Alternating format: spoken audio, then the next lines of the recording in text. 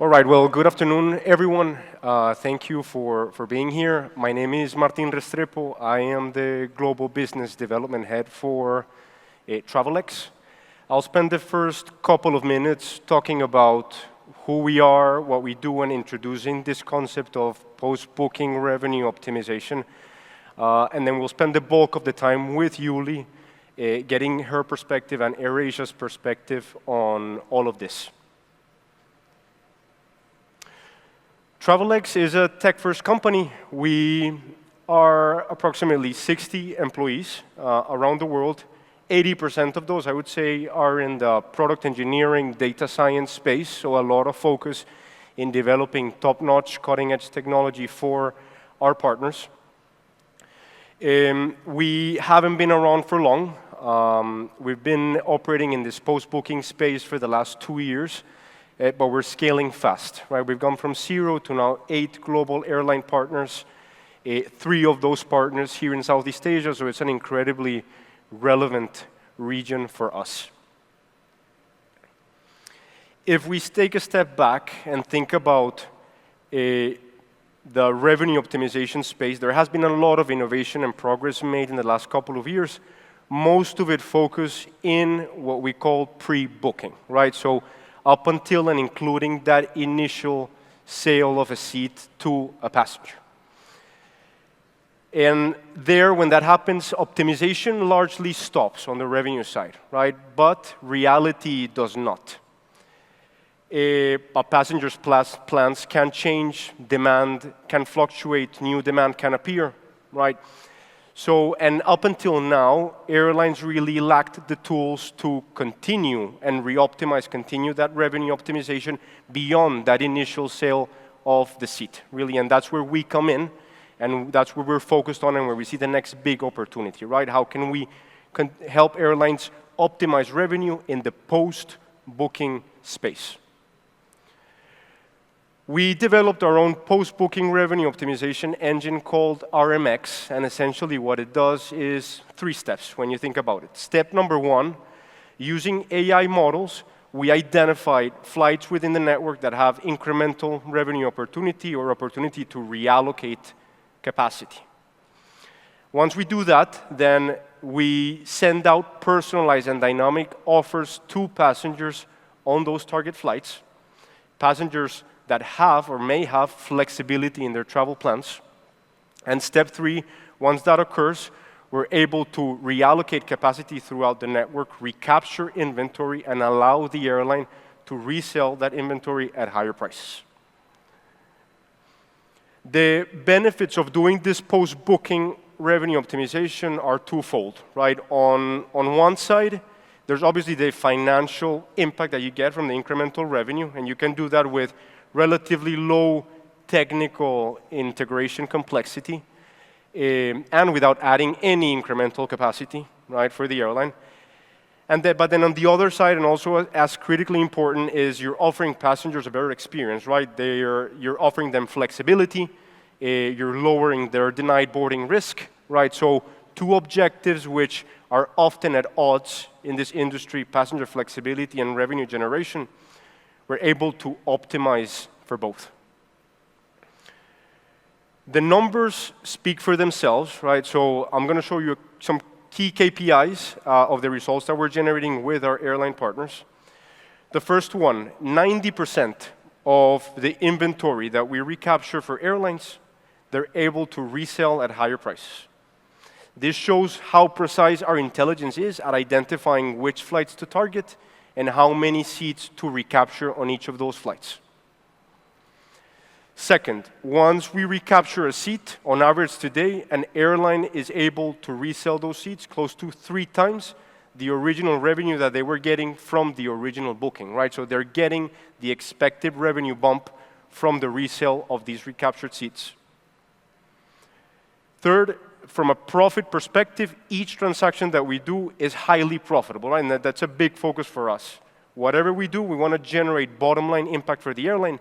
Today, the profit per transaction that we do on average is close to $200, right? So not a huge volume of transactions, but highly profitable per transaction. And then finally, when we look at total network impact with some of our more advanced and mature carriers, we see some months that we're generating close to 1% of total RASK uplift just from this solution alone, right? So the results, it can be very impactful. So with that, I'd like to invite Yuli Thompson on stage. She leads the regional revenue management and pricing team at AirAsia, one of our airline partners here in Southeast Asia, to get her perspective on this concept.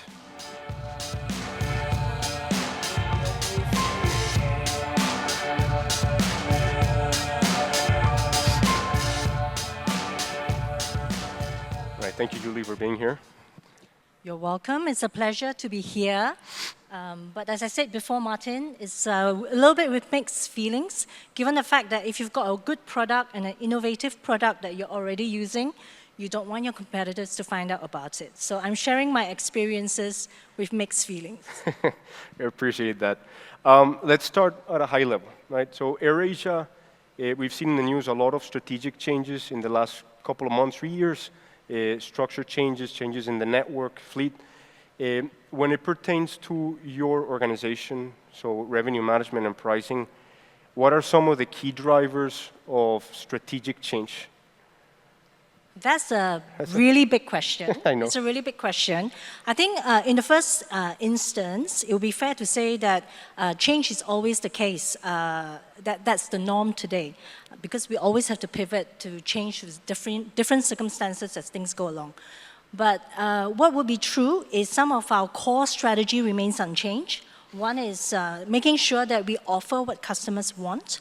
And the second thing is maybe creating demand, offering customers what they don't know yet that they want. And it's all about the customers. And as we see changing patterns in how customers behave, the question is not really whether we respond to that. We have to respond to that.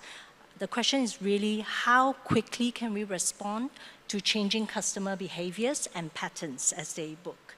And one of the things we've seen since post-COVID is that customer booking behaviors have truly changed. They're booking a lot later.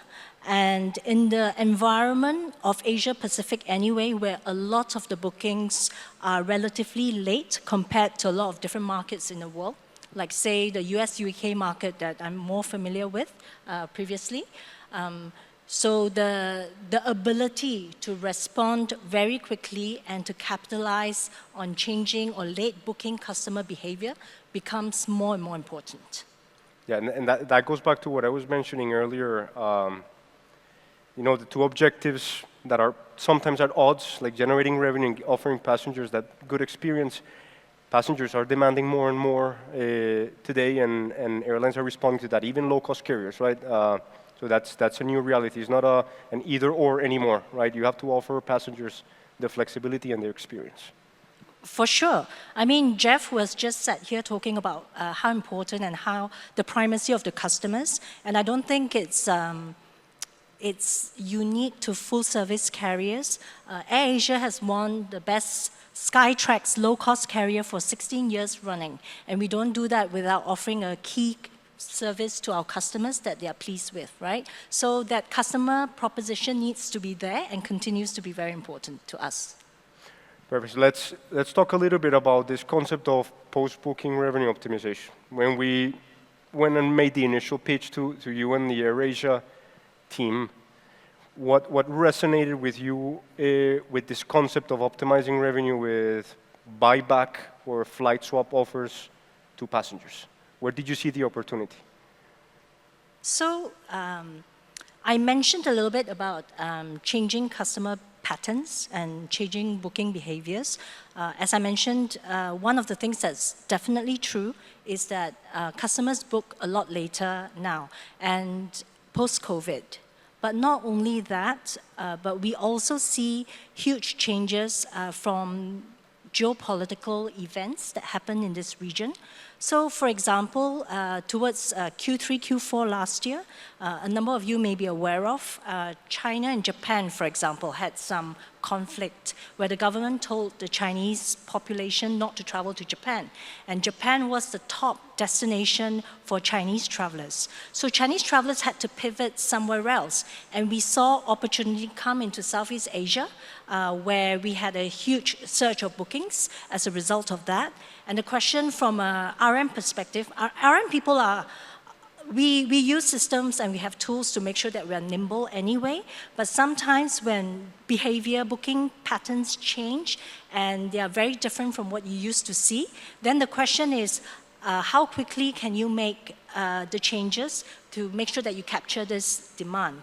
And one of the opportunities that we definitely see is in the post-booking tool. When TravelX came to us, we saw it as an additional tool in our arsenal of tools, of toolkits, if you could say, that will help us take advantage of late booking demand or surges, where we're able to actually offer customers who are willing to travel on a different flight or on a different date, and instead give a higher yielding customer the opportunity to take a seat on a higher demand flight. So I think that's where we saw the opportunity. It's an additional tool that we can leverage on. Sort of like an insurance policy per se, like the RM teams, they keep doing what they do best, right? But then you have this additional tool that if things change, you can correct, right? Indeed. It's well known that airlines have a very wafer-thin margin, and any additional tool that you can have to try and increase that, you should definitely look into or take advantage of. That's what this was about. Perfect. And then just to finish up, you guys have a big technology team. Obviously, a lot of internal development capabilities. When you look at partnering with technology vendors and doing things externally, what do you look for?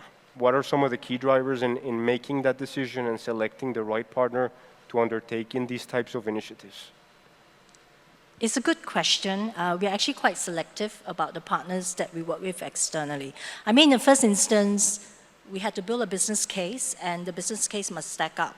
But even with a business case that stacks up, the choice of partners is important. And one of the things we do value about TravelX is the company's adaptability and flexibility. So AirAsia is quite a unique organization. Like under the group, we have got 7 different AOCs.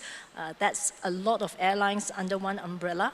And I think you were able to work with us and to take into account our different business processes and the way we would like to do things. And we appreciate that flexibility.